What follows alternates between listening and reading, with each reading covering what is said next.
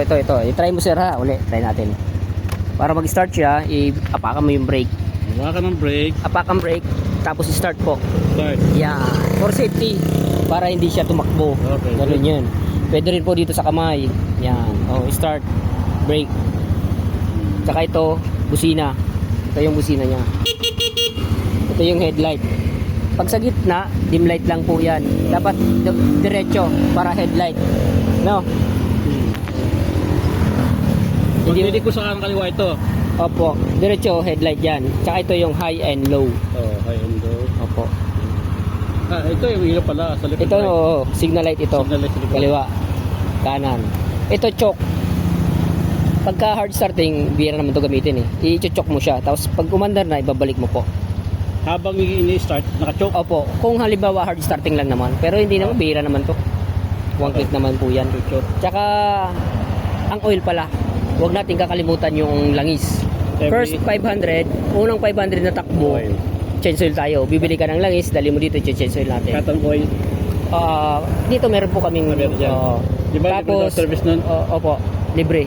Tapos yung pangalawang change oil mo, every 1,000 na po. Every 1,000. Di siyempre na gamit natin 500, sunod every 1,000, di 1,500, 2,500, 3,500, 4,500. Ganun po ang pag-alaga. Opo.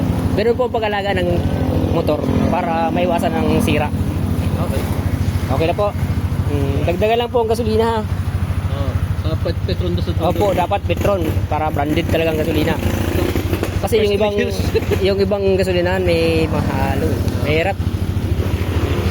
Brake po bago start. Yeah, brake bago start. Huwag kakalimutan. Ito, wala. Ha? Ito, wala. Pag natigil ang power. Tataas. Saglit lang.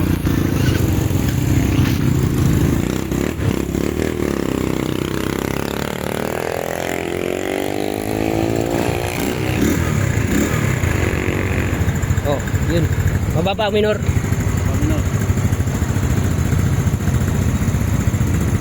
Basta, may naman kumatok Opo. sila. Dadalhin ko rin Opo, pag may problema, dito, dalhin mo lang po sa amin sa Rungsin. Okay na po. O, ingat lang ha. Petron ha, Petron. Kaya po. Parehas lang yan. Sabi mo may motor ka na ano? Parehas lang. Ibang unit eh. Hindi. Parehas lang ang kambyada niya, sir. Okay. Ingat lang.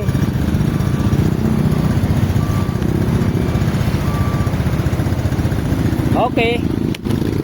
Sige po. Okay.